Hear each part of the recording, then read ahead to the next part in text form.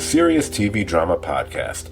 I'm Scott, and joining me once again this week, well, you can put the blame on Mame, boys, but you can't blame me for bringing Jamie on to talk about them boys.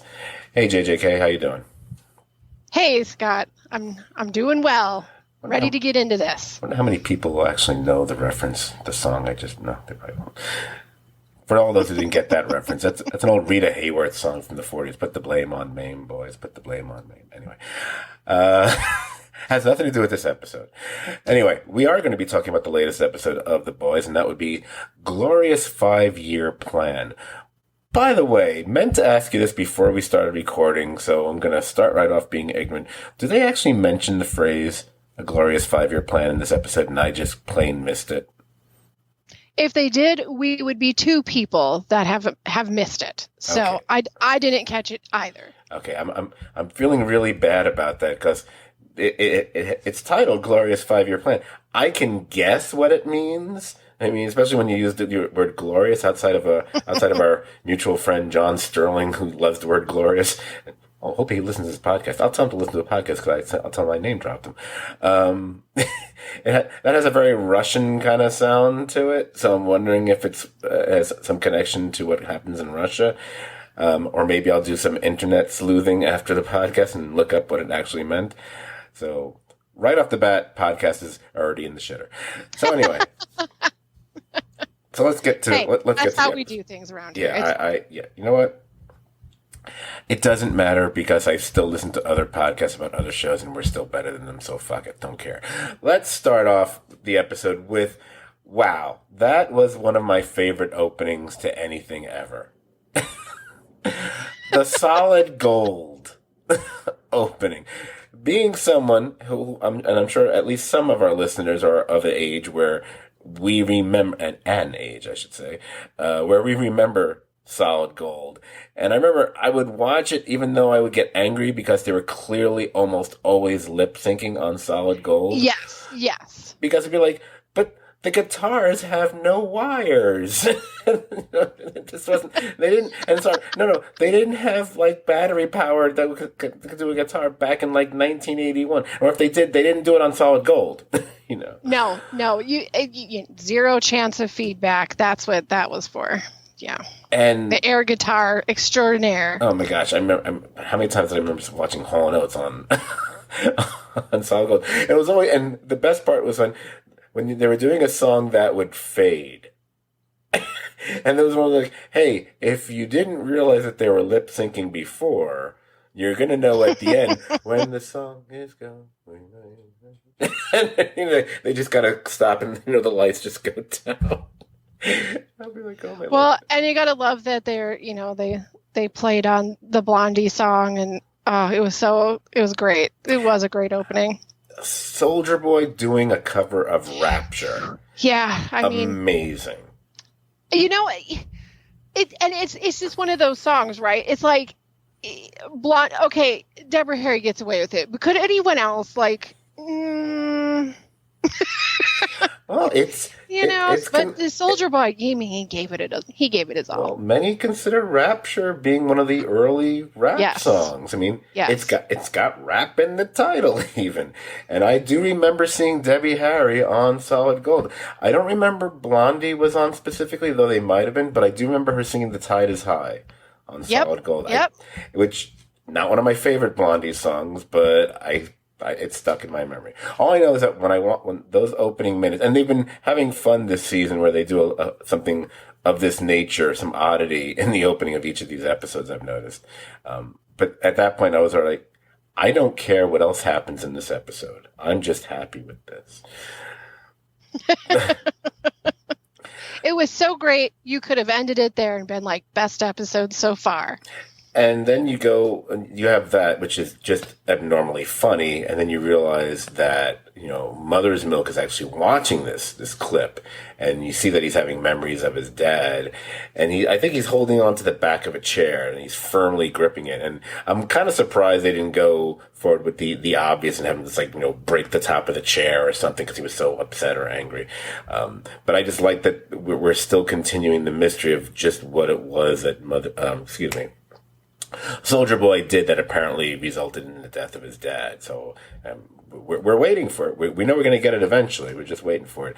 And Right. part of me is wondering if the reason that we haven't seen it yet is maybe what Mother's Milk believes is the situation isn't actually what happened. That's what I'm sort of starting to think at this point.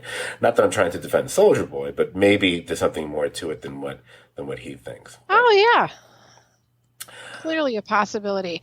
Yeah, I like the zoom in on the clenching, and I don't know what we're gonna see, but clearly it sucked for him. Jeez. Well, it's interesting. It's interesting that Mother's Milk is not a quote unquote superhero of any kind. He's one of the few people that isn't taking on any abilities. But once you hear like his dad died by something, it's like, oh, that sounds like an origin story again. Because usually origin stories involve killing someone's parent or parents, You bet. i.e. like every other character ever. But speaking of characters that are screwed up, we switched over to like Huey and Butcher at that point. And I remember thinking, it's so nice to see that the relationship between Huey and Butcher is so based on mutual respect and trust. And no, it's not. It's based on Butcher threatening Huey. Yep. This is how we do things in this relationship. So this is all about, don't tell the others about him with the V and revealing that he killed gunpowder while he was on V. Yeah. This is the Butcher that we know. I'm not going to say it's the Butcher we know and love, because I don't know if we really love Butcher or not, but we certainly know. It's interesting just to think about the episode in this way, because we've got this scene between Huey and Butcher pretty early on. It's one of the very first scenes of the episode, and then it's almost bookending the episode between them later on, where they're having the whole conversation where Huey actually wants to do the V and all that stuff, and what ends up happening after that. And there's an interesting contrast and shift in what happens there. I mean, I guess we can talk about it more in a linear fashion when we get there, but I do think that's probably one of the more significant things about the episode overall, not just in terms of plot, but in terms of where they're taking a character, and by that I mean Huey's character more so than Butcher. So we see where Butcher's character is right now. Yeah, and I will say that as the story progresses, it looks like what I was kind of thinking was going to be the direction they were going to take Butcher with this. It's transferred over. Yes, right. But speaking of people who are bonkers with powers, it's Homelander, who was on the. I finally made a note of the name of the show that he's showing up on. It's Cameron Coleman, which you think I'd remember all the alliteration, but anyway, so I can stop calling it the fake Tucker Carlson show. But speaking of which, or it could have almost had more of a Hannity feel to it, quite frankly, because Homelander is there and he's totally peddling his conspiracy theories about all those so-called attacks on him in the mainstream media. Yep. And the more he talks, and the certain things he says about the people in power in charge, it's very close, chillingly close, even if I want to go to that extreme, to how we've heard certain people target certain groups, shall we say, in real life over the years. I mean, he didn't. Yeah, some very proud people. Yes. And, I'm not going to say it has anything to do with that, a certain group that maybe Homelander mentioned on a rooftop recently, but you betcha. Anyway, so, see, I can say that because I'm, Jew. So, anyway, also, let me switch gears here as we vroom through this one. I felt I needed to, I love when I feel the need to do this. I felt I needed to clarify a point that I think I totally muddied on our previous podcast. And that's with Stan Edgar.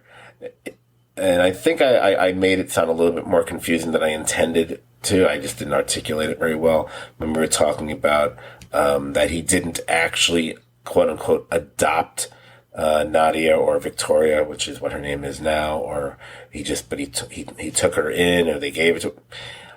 You know what? I got bogged down in a detail which at the end of the day probably didn't really matter.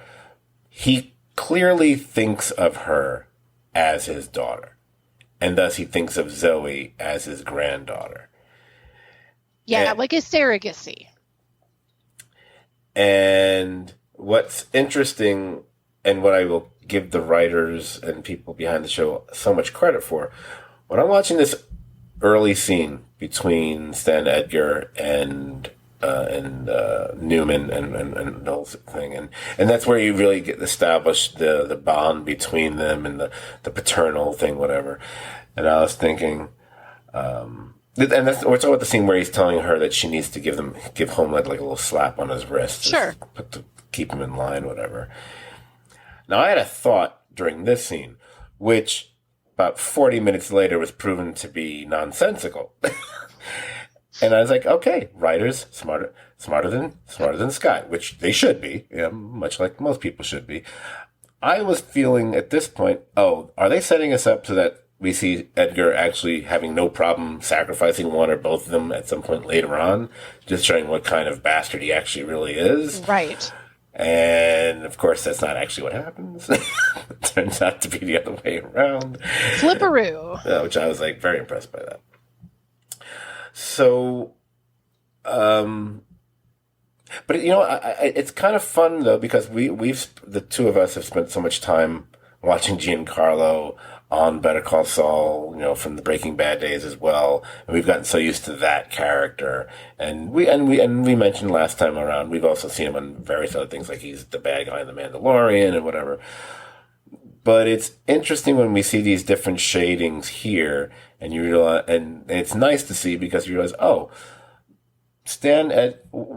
the similarities between Stan Edgar and Gus Fring are men that are typically always feel like they're in control. It's very unusual for them not to be.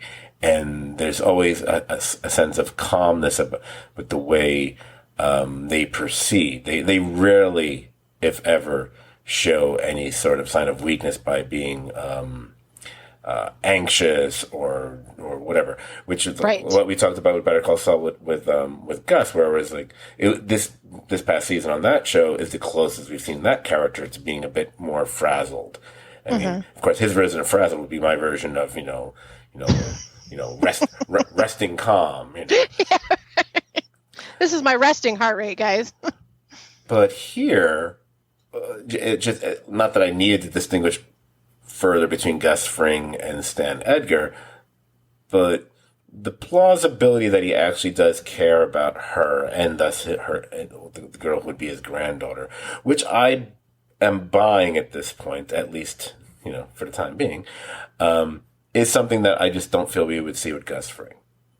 I think the moment that his partner was executed next to him poolside years ago, burnt out whatever part of Gus Fring could have that kind of feeling about another person. I think that squished. Yeah, it. I think that's fair. I mean, and even when we're having this scene where they're having this conversation, and he's kind of like helping direct her to this whole idea of throwing Homeland out there and what the plan is going forward. There's a few moments where his control, like when you see him talking to Homelander or anyone in the Seven, where he's always very controlled and he's in command of the room and the situation, like he lets that down when he's talking to Nadia, and you can kind of see the real person and the relationship there. Right. And you definitely do not get that kind of dictation or emotion in pretty much any of his other character work that we really that he's done in the last say 5 to 6 years. Right. The character. I mean, although there are other, I'm sure there are other parts he's played that have featured more relationship related emotions that we just either are not recalling those roles or haven't seen them. Mm-hmm. But the ones that the marquee ones that he's done, which are like the marquee shows, like a Better Call Saul, like a Mandalorian, those are major features of those characters, that they are, and thus why they are the villains that they are. Not that you can't be a villain and also have that that emotional capacity. We've seen that in characters as well. It's just not been a function of the ones that he's played. But now with Stan Edgar, we do see this. At least we see this side of him, because otherwise, I mean, he's a guy who doesn't lose his cool when he's talking crap to somebody who can just look at him the wrong way with an eye laser and remove him from existence. Absolutely, and it shows him, even more credit to his craft and his skill, because he's when you catch him in interviews and so on, when he's doing press or whatever, he is a very bubbly, talkative, goofy, easy flowing kind of personality. It is so different listening to him just speak on behalf of himself in comparison to his character work, because he just brings so much intensity with him. So it's almost jarring at first when you hear him in interviews, because he's just so laid back. But like I said, it really pushes the skill level and the craft that he's, the passion that he has, that he's bringing forward with his work. If there was one, it's probably more than one link between the three villain characters he plays, they are all very measured and deliberate. Yes. In how they act and in how they speak. Yep. And people just normal, regular people like Giancarlo Esposito does not actually speak that way. So yeah, you're right. Even when you watch a little minute and a half, web clip thing, Giancarlo Esposito talking about Better Call Saul, you realize, oh, look, he says more in this 90 seconds than he usually. The words are at a certain pace that I'm not used to. And, it's tick, tick, tick. All right, let's move on. We'll get back. We'll be talking about him again soon enough. But bouncing through the episode, we are up to the scene. When Frenchie, and I'm going to just keep calling him Frenchie as opposed to Serge. It brings Butcher to see little Nina. And there's this weird and interesting power dynamic between Butcher and little Nina. And there's even a point, even the way the camera kind of captures it, it's as if Frenchie is the little wayward child in between them. Yeah. Mm-hmm. Mom and Dad are signing the divorce papers. Who's getting custody? Right. And it was kind of well, you used to be my child, but now you took him over. And although I'm not sure many people use, strap-ons with their children. This show, I'm skipping ahead. I'm just referring. This show is in love with strap-ons this season. It's very dong centric. It is extremely. Anyway, so it was funny because I'm watching the scene, and you have that. At least I had that moment. Thought it's wait, is there kind of a weird little flirty possible sex thing going on between Butcher and Nina? I kind of caught some innuendo or undertone. Yep. I got it too. Yeah, I thought for a minute, wait, are they going to go there? If they did it off camera and they didn't tell us, but that was the impression I was getting during the scene. Well, and it's okay if you can have a throwback to where we got to see Homelander with Homelander. Yeah. That's kind of what this was reminding me of. It's you're there, she's there, him. They could see they're that whatever that thing is that drives their crew to doing what they do on their behalf, that control. There's something, that power there. They're really exchanging that, but it's almost a little bit, they're both egocentric. Right. They're both mega alphas. Yes. There is no question who's in charge. Right. And they both proceed, kind of steamrolling over anyone else as far as, because what they say, what they believe is what they say goes. She's in charge of this little kind of drug mob, whatever you want to call it, operation. Obviously, everyone kind of kowtows to her. And him with the boys, even though it may be less clear cut, he's still the guy that they have to all defer to, or at least that's how he sees himself in when Yep. they go the Yep. way they go about things. Yep. Absolutely. So next, all right, gotta talk. One of these scenes in the episode is the next scene, which is when Homelander interrupts that conversation between. I don't know why I keep calling her Starlight and I never call her Annie. I don't know why. I don't know why that's a code name. I'm okay with it because we 99.99% of the time she is in Starlight mode as far as uniform and makeup and. She mostly is in uniform so far. She's rarely out, except for when they're in bed and stuff. Right. All right. So when Homelander interrupts that conversation, and it's mainly it's the scene when the scene comes between him and Huey, who even stands up to him at least for a moment there.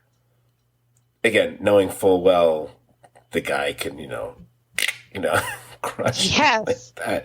And I kept thinking, oh my God, Anthony Starr. Not that he wasn't good the first two seasons. Oh my God, he's had a lot. In fact, he had a lot of great moments the first two seasons. But he's so good now in this scene, and then in a couple later scenes too. But this scene specifically, and because Huey had always been the one that we identify with as we watch the first two seasons, right? Still to some degree this season, even though, as we said in our previous podcast, a lot of the focus seems to be shifting more, much like they were doing late in the second season, is shifting more over to Butcher. But Huey is still us. Yep.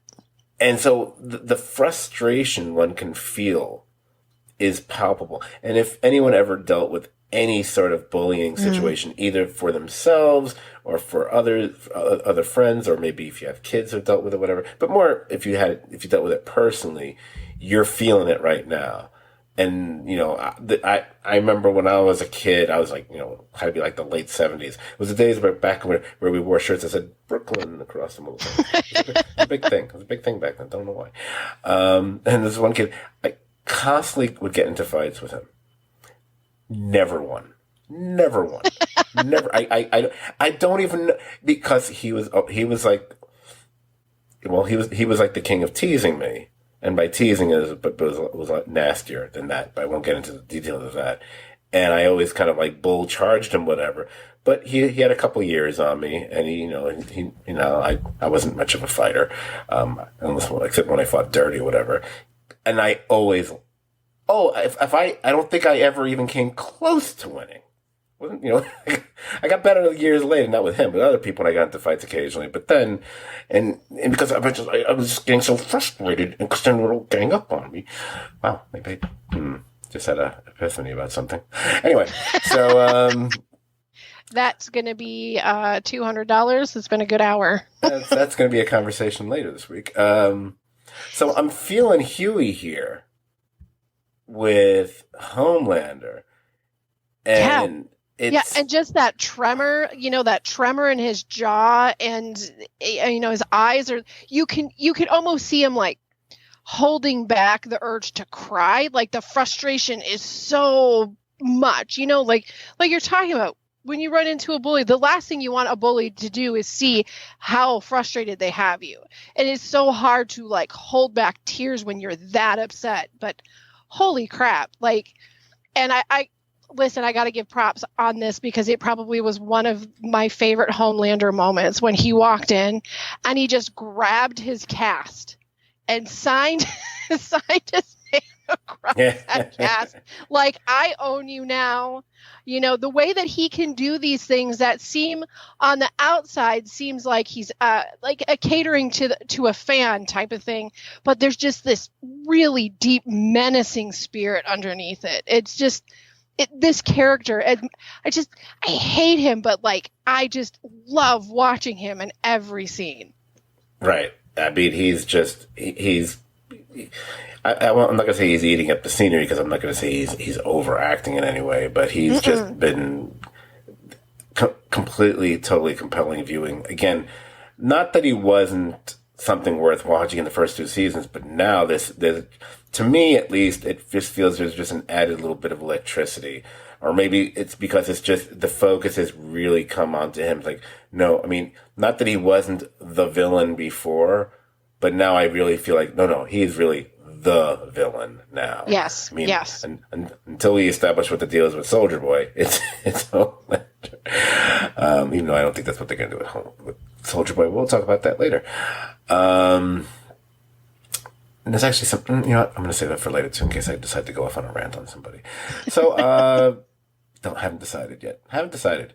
So we can switch to, we'll switch to the A's. We got the A train talking with Ashley, and that's when he brings up the whole Blue Hawk situation. Mm-hmm. And you know, it's going, we'll give A train credit or props or whatever for even bringing it up to show that he's at least making an effort, except we go right from that to the commercial for the A-Train turbo drink thing. Oh my God. It is, oh my God. Like, it is so beautifully offensive in all the right ways. It is, and I kept thinking, the people who will actually be genuinely offended by this, you're the reason why things don't work. This is why we can't have nice things. If you don't get what they're doing here, and you just, oh my God, then you're like the people who, I won't watch Blazing Saddles because it's racist. It's like, no, you're missing the point. You're missing it. Yeah, this was just talk about solid gold. Look at that. That's what we had here. She shoots, she scores. Yeah, but oh my God, when the riot police are cracking it open, and they're just dancing to. Oh my God! Oh Lord! It was. It's just wow, and I love that it so because it directly follows the conversation he's having about Blue Hawk and about what he's been doing to black men and people in that, and then going right from that to this is like going, wow. Mm-hmm. Do you not see the overt and extreme hypocrisy of what you've just done? You couldn't be more of a literal sellout than A-Train. Ever.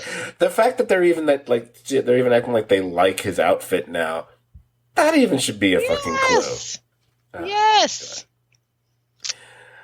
A-Train. But you what still are we gonna do with you, kid? Yeah. But you're still not redeemed because you're a bastard. So, and boy, do we know that. You're a girlfriend smashing bastard. Right. So, we do get this little bit of the boys, the team boarding a jet from Little Nina. I just, the only reason I'm even mentioning as I scoot through the episode is I just like the reference to pretend you're on Entourage. Because I'm one of those people who I think I watched it till the end. I don't remember it, but it's one of those, I hate this show. And I'm continuing to watch. And, I hated it more than, say, The Walking Dead or something. Because at least I could rationalize the fact that I keep watching The Walking Dead because I just want to see how it ends. I watched it until my trade paperbacks ran out, and I'm just curious. I just don't talk about it. It's not as abysmal as it had been for previous seasons, but still not good. Entourage was like, oh no, I hate every single character on the show. And I don't believe any character on the show. And the whole Mark Wahlberg connection makes me hate the show even more. And I even hate the song in the beginning and the credits and whatever. And the fact that they even made a movie about this makes me angry. It's like, oh my God. You know what? Maybe I didn't see how it ended because I don't remember how it ended. So maybe I did finally wean myself off it. But to me, it's like the ultimate insult. Pretend you're on Entourage. That's just the way I view it. So say it's Scott. All right, I'll stop talking about that. So you and I, we were talking about how we haven't seen much on Queen Maeve so far. So had an inkling we would see her on this week. Yeah, and even though it is just really one scene, I like the scene because it really gave us I mean, I think we already are starting to have formed a pretty good picture of who Queen Maeve really is.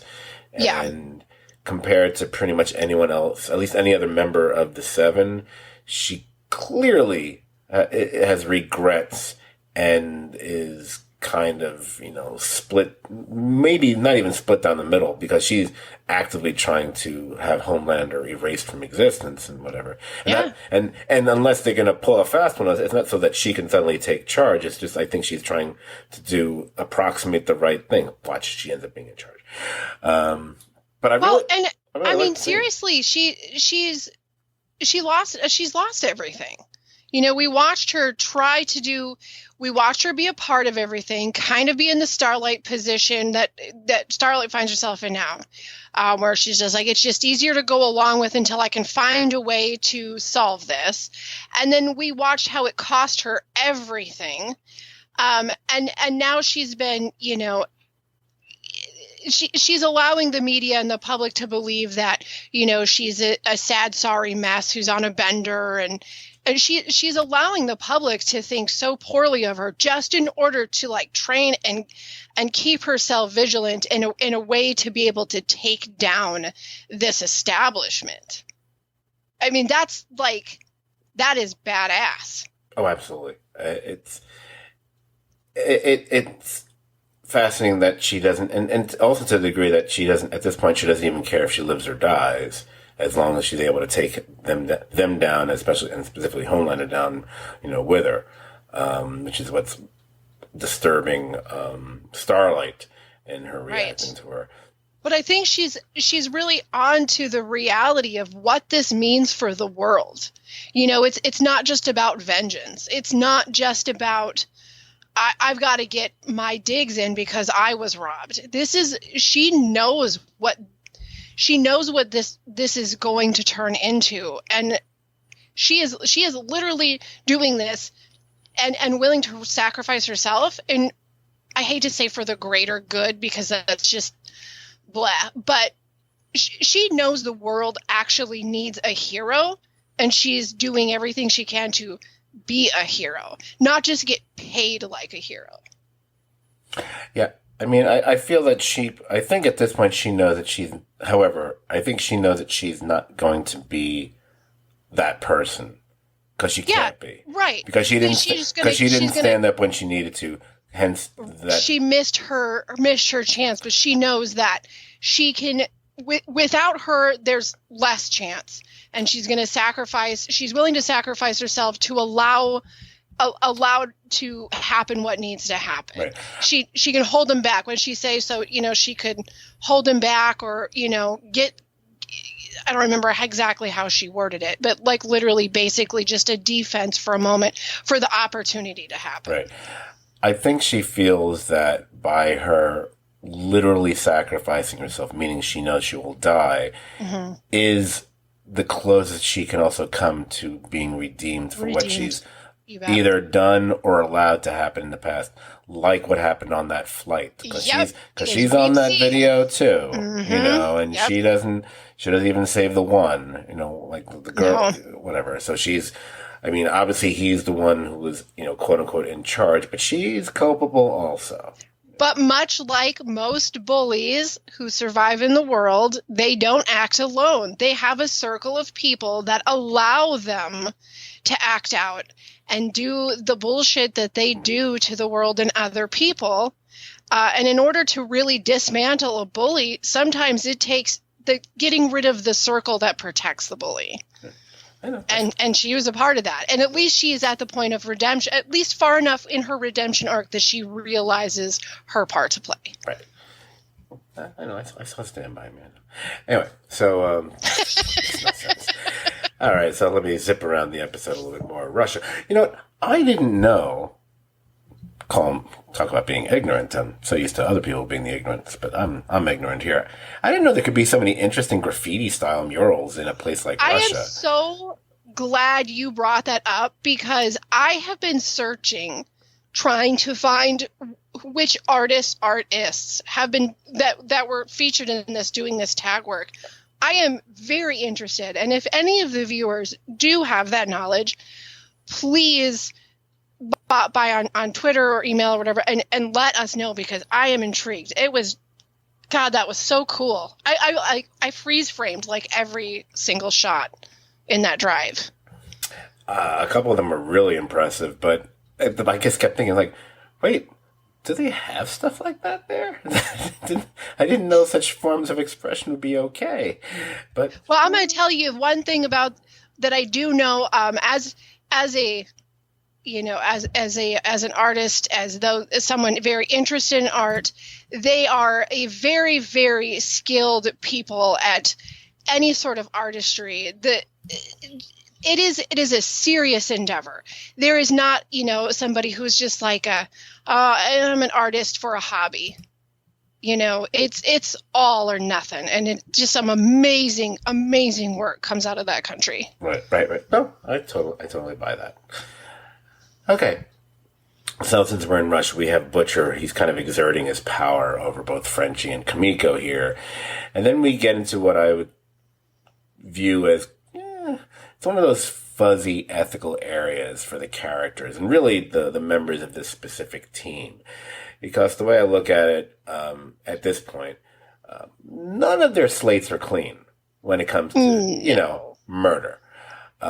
Just because, bear in mind, just because someone's got abilities, they're still human. And if you kill them, I'm sorry, still murder.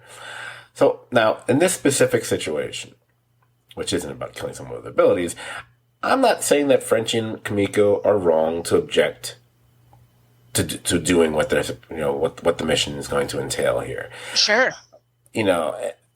My feeling is I'm just going to point out it's not black and white. It's always a gray area for not just, at this point, not just members of this team, everyone on the show. The show lives in a gray area of as far as morals and ethics are concerned here. It certainly does. Now, before we continue with that, and because I am going through this, as you might have noticed from your own notes, I'm pretty much going through the episode, scene by scene. So I'm kind of staying in a kind of as I said earlier, a linear fashion. There's a scene between Starlight and Supersonic. Oh, yeah. Yep. And I really, at least at this point in time, because I hadn't finished the episode yet, I really kind of and almost unexpectedly loved this scene. It was the best take we had gotten on this guy's actual personality. Yep. And the fact that he kind of does that little joking and screwing with her is very different than, say, the way Homelander does it.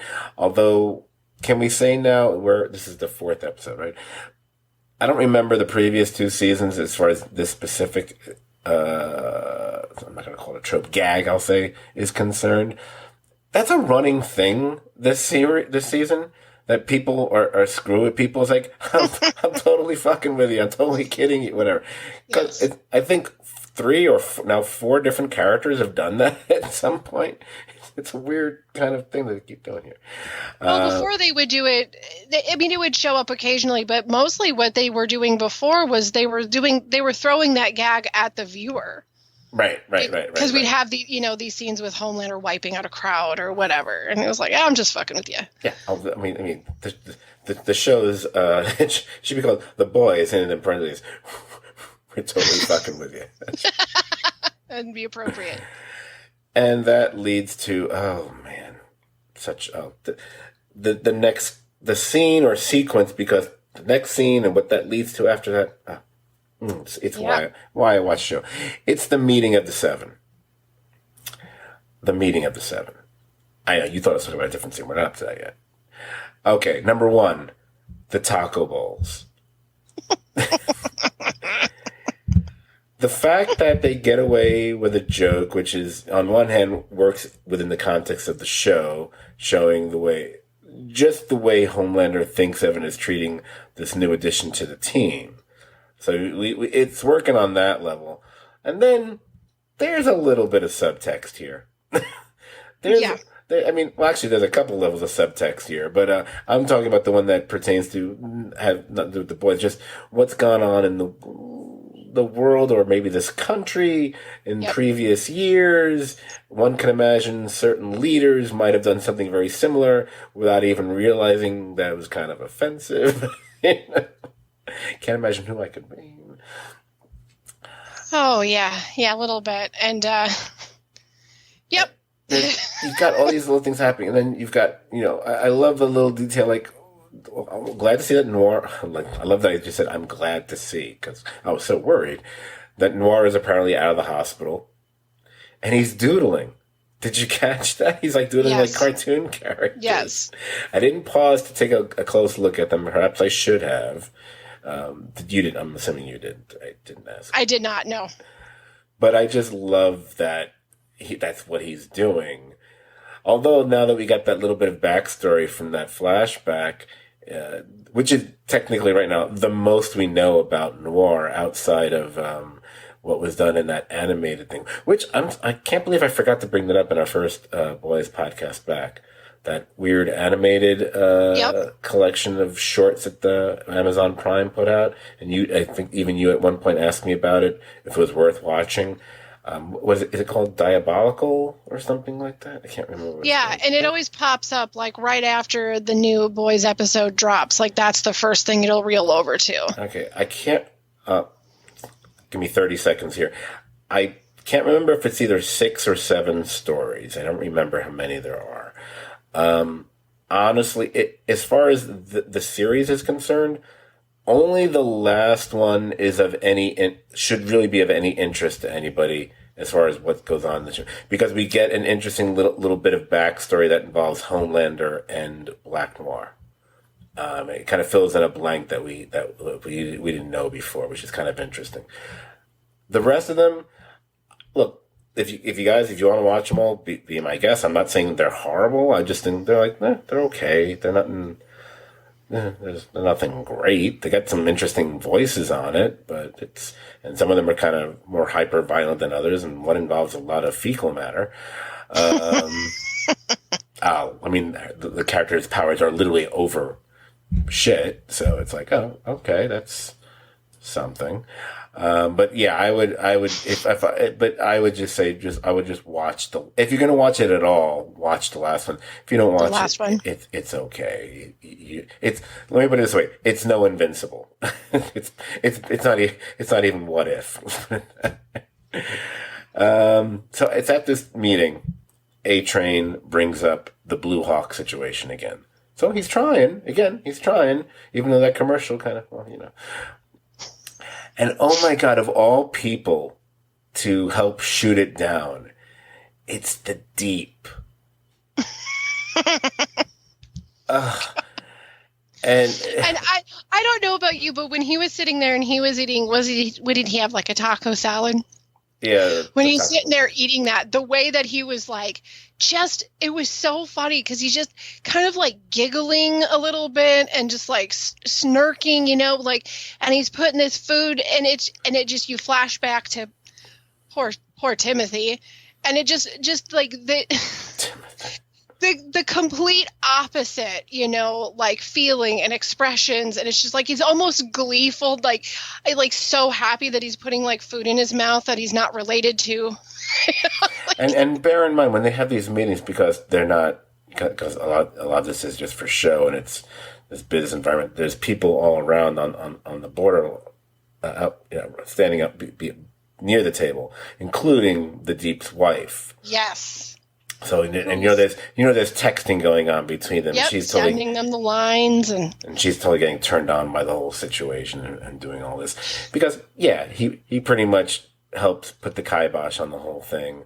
That girl is freaky deaky, and I am just gonna say, like, I have a sneaking suspicion. I don't know if you've thought this, sneaking suspicion that at some point in time, her and Homelander are gonna have a meetup. Like, that's where this is headed. Like, there's no way. There's no way that does not happen. Yeah, I could see that happening.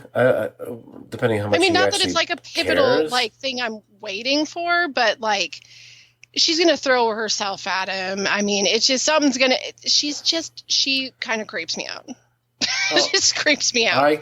if I was going to make a prediction along those lines, I would say I could see him having his way, and then maybe, his when he finishes, it erupts through the back of her head or something like that. Because something. I get the feeling I get the feeling she'll end up dead afterwards. Yep, so. Yep. Because there's some of that happens like in the comic. So I'm assuming that is a possibility. And again, there's an episode coming up in a couple of weeks called Hero-gasm, so we'll just leave it there. So, dun, dun, dun, dun. I am not saying that happens in that scene. I'm not saying that at all. So don't we just know something's gonna that happen. If there's a place to go, they will go there. There's a gasm. There's a gasm. It's coming. There might be heroes involved. There's a chasm before the chasm. Anyway, after the meeting, that's when Ashley is giving him news about the presser that Newman's going to have later on, that we saw San Edgar kind of pushing her to do, and that's when we get the line from Homelander this time around, where he says, "Is your idiot brain getting fucked by stupid?" By the way, I don't know why I like that line so much, and because it is fantastic. And for anyone who ends up clicking on this podcast via our link on Facebook, you'll notice, because this is one of the few times I actually wrote the description ahead of time, because I said, I'm going to find a way to work that into the description without having to say certain words. And I did. You'll see. All right. So, but let me continue with why I love this whole sequence of scenes here. Because after the meeting, it's not just that, which is that great line. It's what happens in the hallway between the Deep and A-Train. Mm. The two of them, they have the argument, obviously stemming from the Deep kind of blowing up his whole idea, whatever, and then them just, ripping each other. And then they end up having a fight. And it's like the most punk-ass fight imaginable for two people who are, supposed to be superheroes. I mean, if you recall, for those of you who listen to the Breaking Bad podcast, I often would make fun of the early Jesse and Walter fights on Breaking Bad. Mm-hmm. And I'll tell you something, they had better fights than these two super stoops over here. And then when Homelander walks over and he only helps the Deep up, and he says to A-Train, he should just rest his useless fucking legs. And I'm going, oh my god, Homelander is like always so beyond on this fucking season. It's so good. But I just love the idea of it, because it's two of the more fringe players. I mean, yes, it's the two characters that are goofing on Aquaman and Flash fighting with each other. I just enjoyed it. I had a lot of fun with that. But that leads to that elevator moment. And although when I originally wrote this note, I wrote the note as I watched the episode. I didn't know I would actually nail it that quickly. Because I said in my note here, am I the only one yelling at the TV for Supersonic to keep your goddamn mouth shut? Because what if he hears you? I wouldn't. Number one, says you have a character with super hearing. Number two, I would not trust A-Train with any plan. No. Well, yeah. No, not at all. Well, we see where but that also shows, I think that sets up a really important part of showing us Starlight's cleverness, her ability to navigate these waters and still protect herself, because he, like her, they just kind of like genuinely want to help.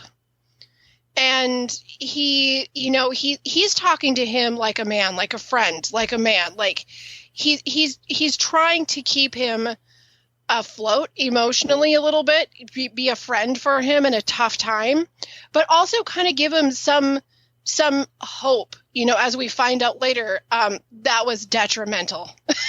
It was a bad choice, but he still sees the group in the Seven. He still sees them as the public has been trained to see them, right, as the good guys, as the heroes. There's still a level of naivete with him. And that Starlight's only taken the blinders off for him as far as Homelander is concerned. Yep. She might have failed to mention, like, oh, by the way, the rest of them are pretty bad too.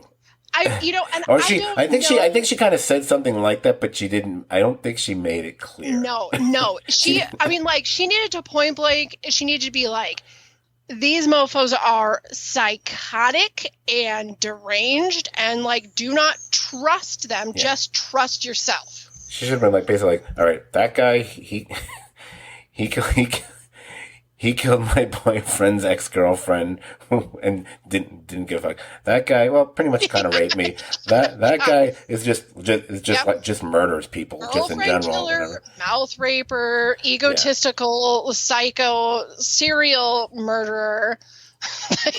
It's lovely. There's not a good one in the bunch. Yeah, she really should have defined those lines. So we can blame her. Good. So Damn there's it. we do get this as we head back to Russia. We do get this nice little scene between Butcher and Mother's Milk.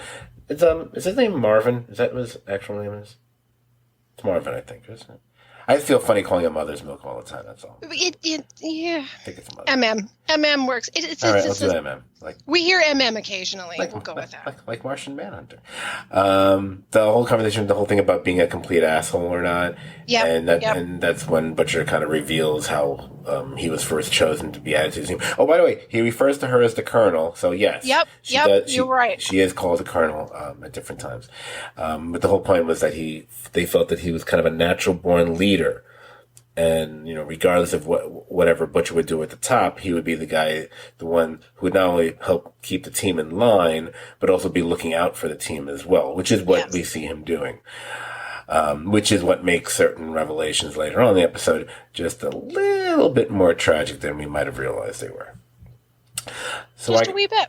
So I got to get to this. So, look, I am a huge fan of the song Poison by Belle Biv DeVoe. Yes, I am so glad you're bringing this up. Now you know. You're stepping on my lawn there. But I can't help but say, it seemed a little odd to have that playing when Kamiko comes out of the van because she has neither a big butt nor a smile. so I sorry. I had to say it. I had to say it. Well, listen, I think it was perfectly chosen. It was just such a great way to tell us, like we didn't already kind of know, but like that Frenchie is just super ooh la la, seeing her dressed up, it's another side of her, like, woo woo. Well, speaking of other sides of her, as she stumbles on her heels, and hello, I'm part of the reason why I was glad you brought this up is because how many times have I talked about Maeve walking through rubble and all of these like female superheroes that are like wearing these impossible shoes to walk on a flat surface, and they're walking through, like, we get all of these scenes of them walking through bodies and slippery bloody floors and rubble. It's like there's no way in the world, like a normal human, you have to be a hero to be able to walk in heels through that crap. And here we have this just freaking assassin just walk out, look super hot, and the first thing she does is flip on that heel. And I loved it. It cracked me up. It's like, there it is. That is how we know she's got powers, but she's still a freaking normal person. Well, generally, metahumans have this an increased state of equilibrium that helps support them. Yes. So that characters like Wonder Woman can have like ridiculous heels and have no problem walking They can through do rubble. the impossible. It's fine. It means nothing to them. Okay, so we're at the point where we're going to get a succession of scenes that are jaw dropping for very different reasons. First, the one we're up to, and I believe it's been referred to out there in the public, in the social media and whatnot, the death by dildo scene. Now, I said they really are loving the strap-ons in this season, but hold it till. Okay, that was something, and yeah. I mean, we had our in the theme of the 7.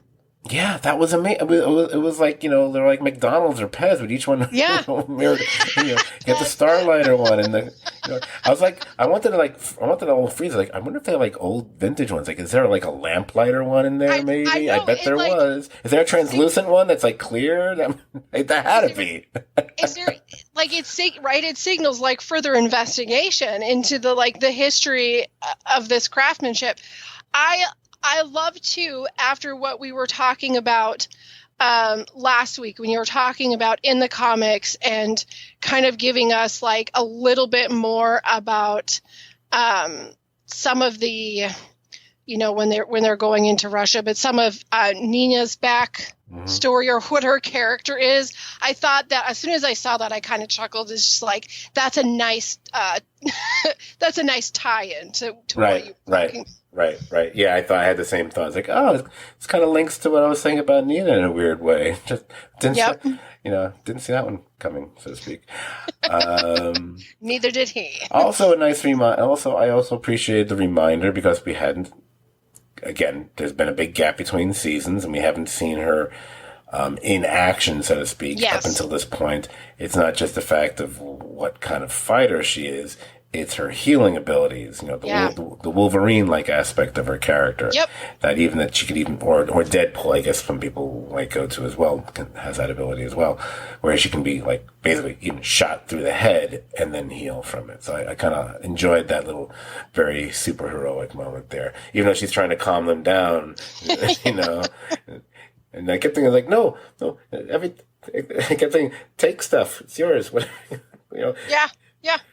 For some reason, my mind went to again. My mind, for whatever reason, went to to Breaking Bad again, when they kill everyone at the Don Eladio's place, but there's all those dancing girls who were still there, and I kept thinking, no, you can go steal stuff, take stuff, go. Just take shit and go, man. This is your lucky day. No, it's a well choreographed scene, because we haven't gotten nearly as many of those as we thought we might have at this point in the season. Get to see her in action and what she can do. And you know what? Even though she didn't want to do this, she didn't want to be used solely as a weapon, and understandably so. Mm-hmm. If there is any, there should be some consolation taken in the fact, like, okay, at least you're killing people who aren't very good people. Yeah. So there's that. Could take a little solace in that. Maybe make a code. Maybe you'd feel better if there was a code. Yeah, and then you could be a lumberjack after. All right, so that's what they do. It's the logical thing. That's what they do. It's the progression. You don't have to be a Monty Python fan for it. So I throw these jokes out for like there's like two people I know will appreciate them who listen to the podcast. One of them actually even comments online. So we go from that. So that's one jaw dropper. By the way, did anyone get one shoved in there? Anyway, so then we go to the next. The next one is when we're going to have that press conference with the Congresswoman, Victoria / Nadia / whatever, Newman, whatever. Newman. We just call her Newman, because we Newman, that's do the what Seinfeld joke all the time. That we can stop, because I've noticed on this podcast already, I was calling her Vicky or Victoria, then Nadia, you called her Nadia. It's like, okay, we got to go with one name. It's not like Starlight / Annie. You can get away with it, like Superman or Clark. Yeah, I'm all for Newman. That's how I have it written in my notes at this point. Well, if there ever, probably this season, this would be the first major Newman moment. Yes. Where she unexpectedly stabs Stan Edgar right in the back. Oh, boy. So I'm going to tell you, I'm going to ask y'all out there. Let me see y'all raise your hands. Everyone who thought she was going to do this, raise your hand. No, none of you did. Shh. No. Don't even lie. Don't lie to me. Don't lie to you, and don't lie to yourself, because that's even worse. Did not. Anyone who said, unless you read a comic or something, shut up. You didn't see that coming. It's a shocking twist. You knew nothing. And I was just like, and just when he's being led away and whatever, and you realize, and then you're wondering what was it that led to this, and we find out later on. And that's a questionable decision that we'll get into momentarily. But speaking of maybe not telling people things that they don't, whatever. There's that moment earlier when they're watching. No, it's during this they're watching the press conference at the headquarters, I guess we'll call it. Yep. And you see them all exchanging looks between each other. And, you see, and it looks like even A-Train's part of that.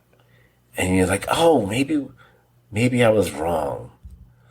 Maybe it was okay to. Maybe he finally knows this is the one way that he can make change happen, and he can get this asshole out of their lives, whatever. Maybe A-Train is going to do the right thing after all. Yeah, we're not going to know that. But we're not there yet. What else happens here? I guess immediately after that happens, it looks like Ashley is kind of, assuming more control there. She has that scene with the Tucker Carlson wannabe dude, whose name I mentioned earlier. Now I've already forgotten it. I know it's CC, Cameron something. But the noteworthy thing about the scene is two things, if it's noteworthy. Number one, the fact that she repeats the line that Homelander used on her to kind of show that this is her way of being in charge or taking control. And the fact that they bring up the strap-on thing. And that was when I'm like, really? Another strap-on? Wait, what is going on with this show this season? now the new title will be The Boys. It's more than just strap-ons, but not really. Anyway. So, yeah, there was a few. All right, so we'll skip through. We do get a nice little sweet scene between Kamiko and Frenchie about planning what their future might be after.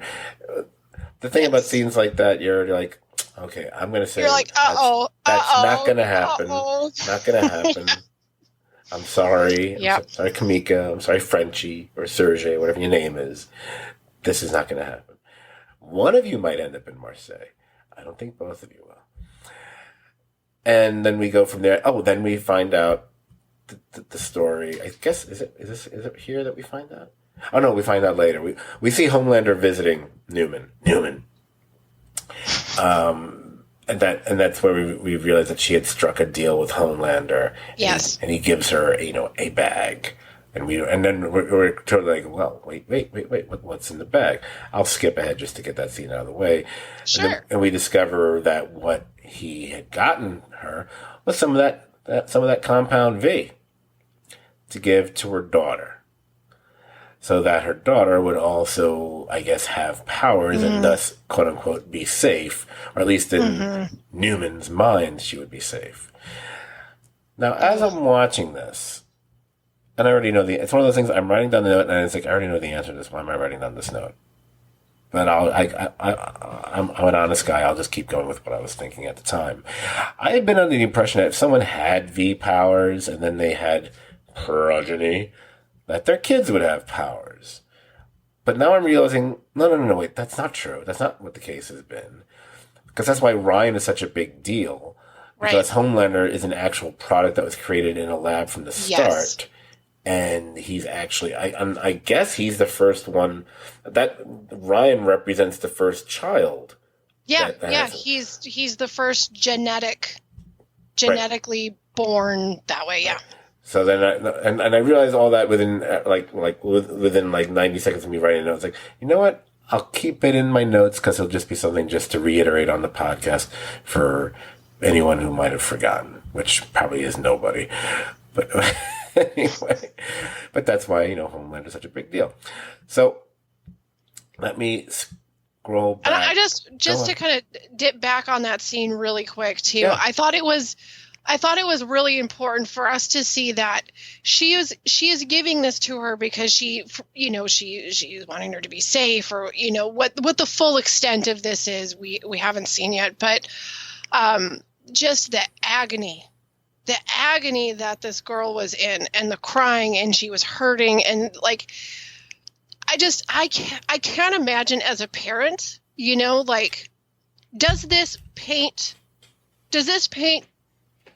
Newman in even darker light because she's injecting this pain into her, or is this a heroic act? Like what was the purpose of us witnessing how awful this was for this girl?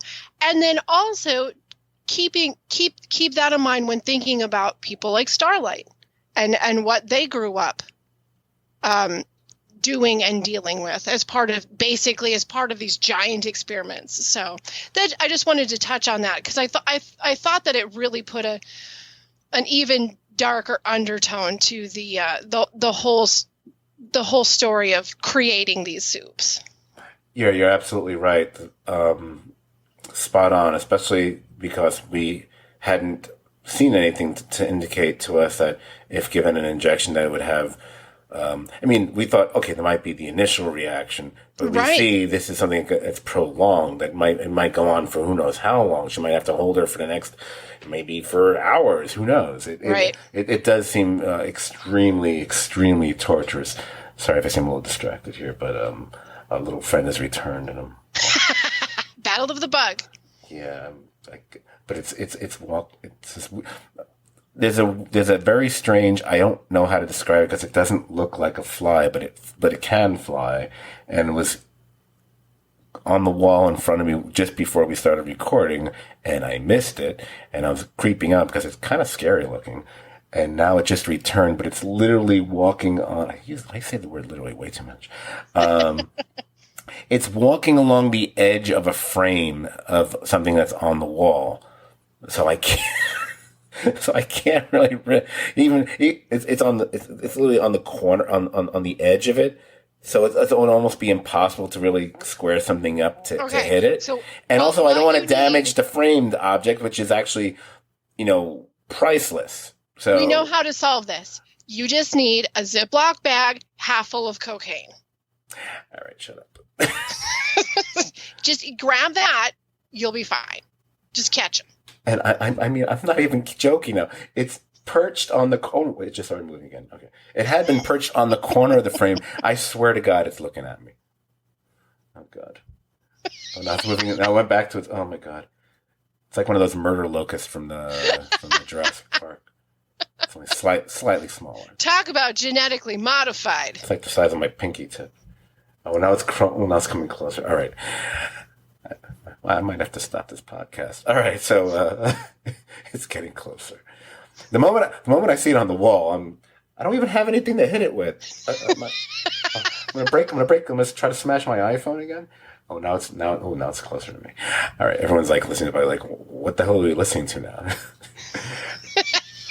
Now it's on the back of the frame. Once it gets on the wall, okay, I'm gonna use my dart case. Okay, so if it gets on the wall, if you hear a big clatter, and if you hear a scream after that, it means I missed, and then I'm probably going to die. It's coming after It's probably going to wait till I sleep, go in through my nostril, or somewhere even worse. It's going to lay 1,000 eggs, yes. Mystery insect eggs. Oh, I don't even know where it is now. Oh, there it is. Oh, no, it's on the other corner, staring at me again. Oh, Jesus Christ. Okay, all right, concentrate on notes. Okay. So Butcher, yes, Butcher. That's where we'll go. Butcher with the V24 again. Yep. And that's kind of what I was talking about, bookending that scene from earlier in the. I keep staring at the fly. Sorry, it's not a fly. I don't know what the fuck it is. It's really. Imagine, like, the thing that Batman drove in the Dark Knight movie, the Tumbler. It looks like the Tumbler, but apparently it flies. It's really weird. Interesting. It's very strange. It's got a lot of, it's very angular. So they're in the bathroom. I don't know if I just made this podcast much better or much worse. I can't decide. Only time will tell. You know what? It'll depend what happens with that creature. It'll be better for the podcast if it does, like, fly right in my face, and then you'll be better for me. You will hear me scream like the big. You'd be like, I'm actually recording the video of this. Someone's gonna want to see that. All right. So he's in the bathroom with the V24, and that's when Huey shows up, and Huey is desperate, and he's making these pleas that he wants to try some as well. And it's fueled by what we talked about earlier, about how his feelings about being bullied and the anger and just so he has something, even if he's not going to actually take on Homelander himself, at least he'll be infused with a sort of a power that he won't feel so powerless like he has been this whole time. And keep in mind, he's also been beating himself up tremendously because he feels he was duped by the whole Newman situation, and he blames himself for that, which, you know, he might be right about that. The bug is now in the middle of the frame. But it's unfortunate here for the character, because this is something he would never have done before. Yes. And the fact that he's been pushed in this direction, or he's pushing himself in this direction, however you want to look at it, that's a change. That's going down a different road for this character. And it's tragic in a different way than Butcher taking the drug. Because Butcher obviously is anti-soups and all that. And again, with good reason. But he's a very ends justify the means type of person. Right. And the fact that he can do something where he will have a certain type of power, and he rationalizes it by it's only for 24 hours, although we see it tends to linger. And we also see there may actually be an addictive aspect to it, which we had already known from before with A-Train and so on. Right. And so even this 24-hour version of it looks like it has a similar effect. But that seems to be part of the character flaw, the personality flaws that Butcher had from the get-go. This is different for Huey, because this is something he never would have even imagined doing up until this point.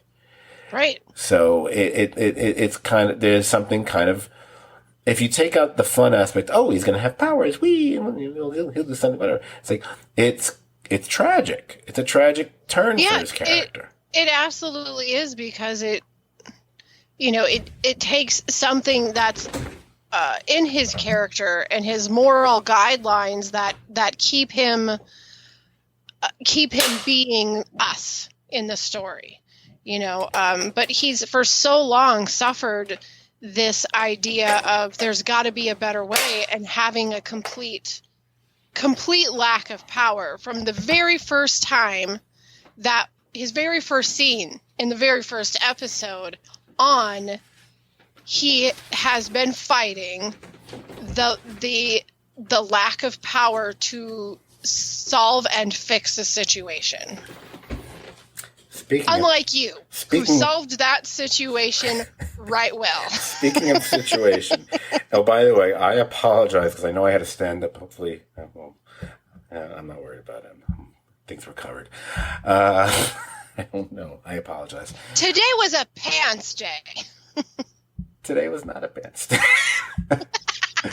But their boxer briefs, everything was covered. Anyway, hopefully, I don't know. Anyway, yeah. If you heard these two sounds in the background, that was me smashing my dart case against the wall, crushing the little bastard. And the first one looked like didn't crush him enough. It's like, wait, you might still be alive. I got to double tap you, motherfucker. So, yeah. The killer never dies. Oh yeah, the first time you always shoot. You got to go twice. It's a rule. It's a rule. Everyone knows. Just much like in darts, if you're playing, when you're playing the best, always double tap. Always. There double it is. Tap. And so there it is. Now I wiped it off the wall with a tissue and crushing it again. So it's the third time. All right. I feel good now. I feel power. See, I didn't need V for any of that. All right. So, okay. Oh, all right. So yes, everything. Huey's headed in a rough way. Right. But we'll get to that, and obviously we know where that leads, but we'll get to that in a moment. But I want to get to Stan Edgar scene with Homelander here, because that kind of goes along with what we were saying about Stan Edgar, that he is, up until this point, other than maybe, I don't know, maybe Queen Maeve herself or something, maybe, no one else can get away with talking to Homelander this way. Mm-mm. And it shows the kind of fucking ironclad, gigantic balls on this man that he doesn't even worry about it, Of course, he doesn't see what's going to happen. Oh no, I'm sorry. This is after that. I'm sorry. That's already happened. But I love his little takedown of him because Homelander has been more and more building himself up as, basically a god among men, whatever, the way he talks about himself and everything. Yep. And, even when he made the Jesus analogy in that previous episode and everything else. But when he says, "You are not a god, just bad product." Oh, by the way, what a burn! And of course, when you hear Giancarlo Esposito refer to product, yep. I was like, "Oh, I think I could hear little Gus Fring in that word." You bet. Oh my lord! So we got the mission because that's the big the semi caper of it all. The ridiculous thing about MM as they're getting onto the base and whatever, and he keeps encountering the different Russian soldiers, and he for whatever reason he has to keep referencing the titles of all these anti-Russian movies from the 80s. It's like, remember Red Dawn, motherfucker? Remember Rocky IV, motherfucker? Like, come on.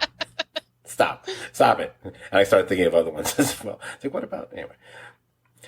One of the other major highlights of the episode, a fucking hamster on V. Oh my god. It's like they walked into a fucking Pokemon lab. It was. What's going on?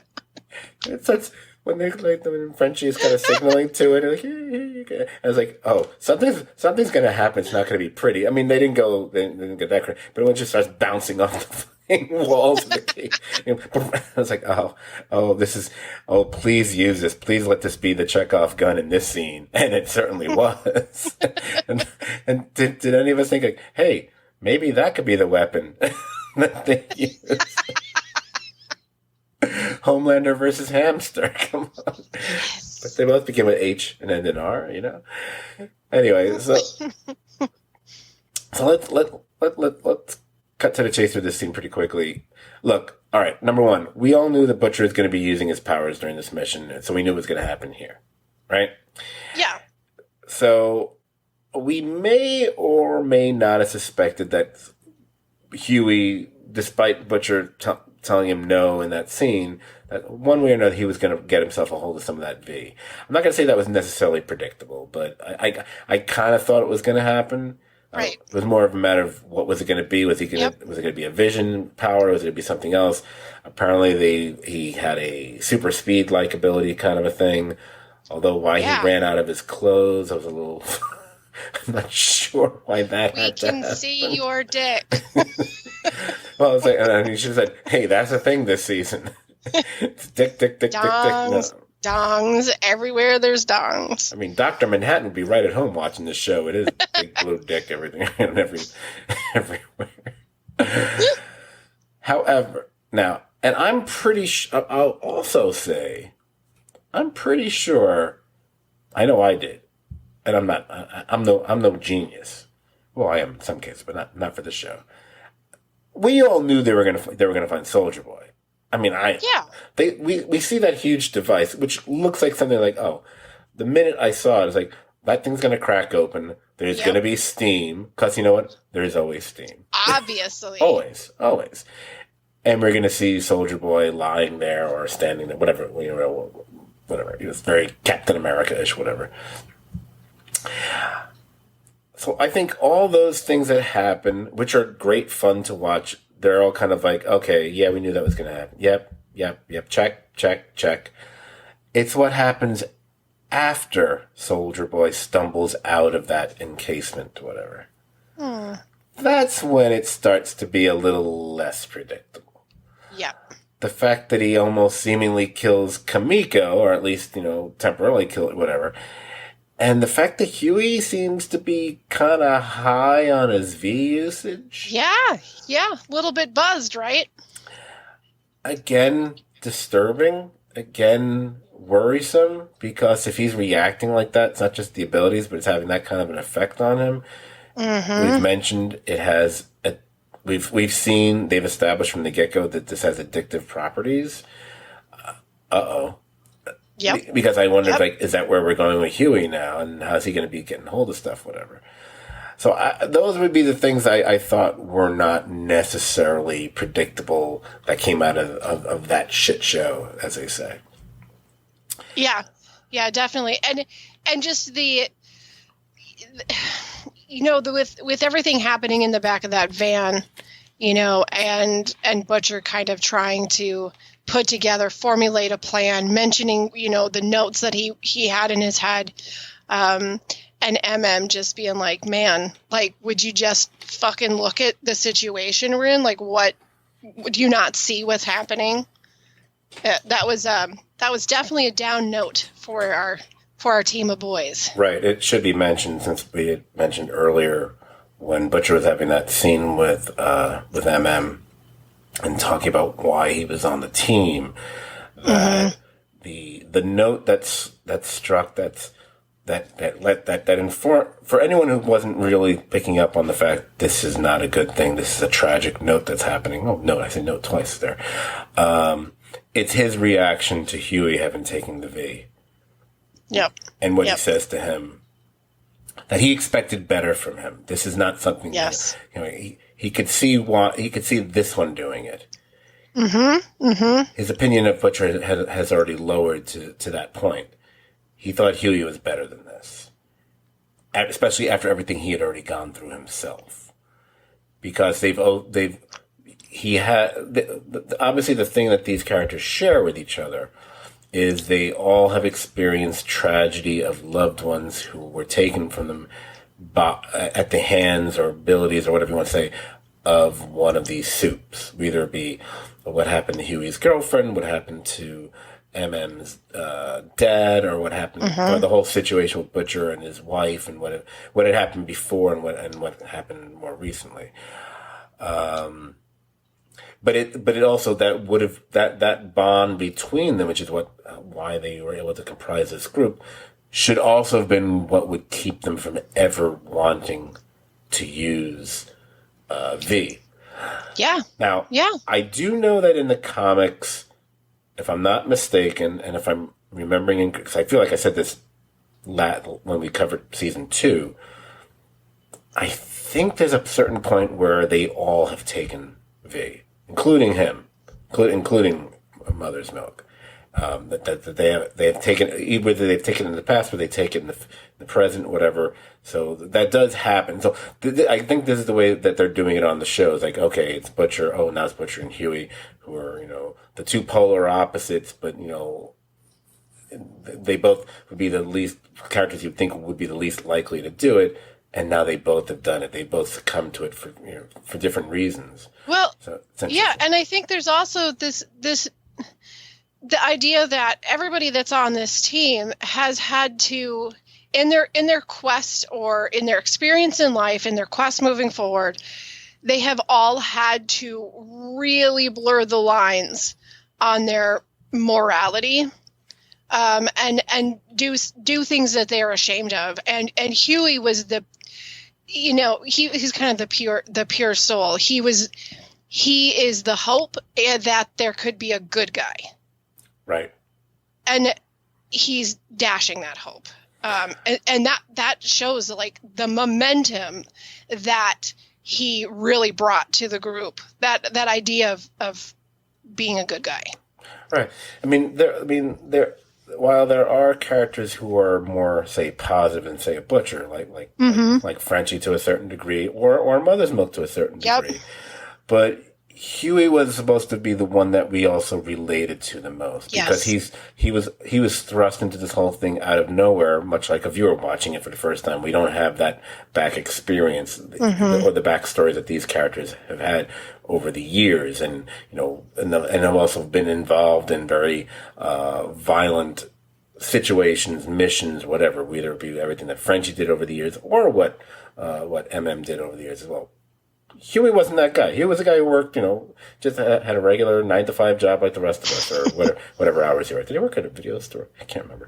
Anyway, all right. So we're hurtling towards the end of the episode, and I mentioned that was a shit show. There's a worse shit show in store for Homelander and Starlight. Well, it's in store for Starlight because Homelander takes her on a quick little flight just to give her the most beautiful view in the city. An amazing view. And that amazing view turns out to be the mangled corpse of Supersonic.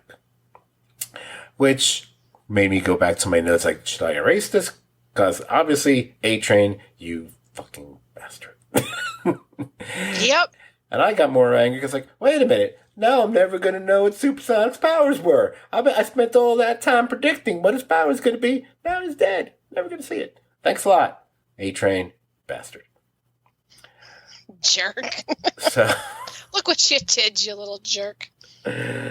So we get we then have the realization, or Starlight has the realization that there's really, she's screwed. There's nothing she can do. She's trapped. And Homelander just keeps, no pun intended, because it doesn't really pertain to this situation right now. Anyway, he keeps trumping them over and over. Every time we think there's a way that they might actually at least gain some advantage on him. Yep. He's able to get around it, which is something that Homelander was not as capable of doing in the past. It seemed like he would find out things almost by accident before, whereas now he's more calculated about what he's doing. It's very interesting what he's doing, and he makes her repeat the phrase that if she, basically if she steps out of line and does anything, that pile of blood and bone in the corner, it's not going to be Supersonic next time. It's going to be Huey, and he makes her repeat that'll be Huey. It's interesting. I watched between The Boys and I won't spoil it for you because I know you're not up to it yet. But so it's not really a spoiler. But the finale of Barry both involve characters making someone repeat phrases over and over. Which is weird because it's an acting technique. It's like the Meisner kind of thing. And I remember thinking like, oh, okay, that's interesting. They're gonna do that in The Boys now. It's interesting.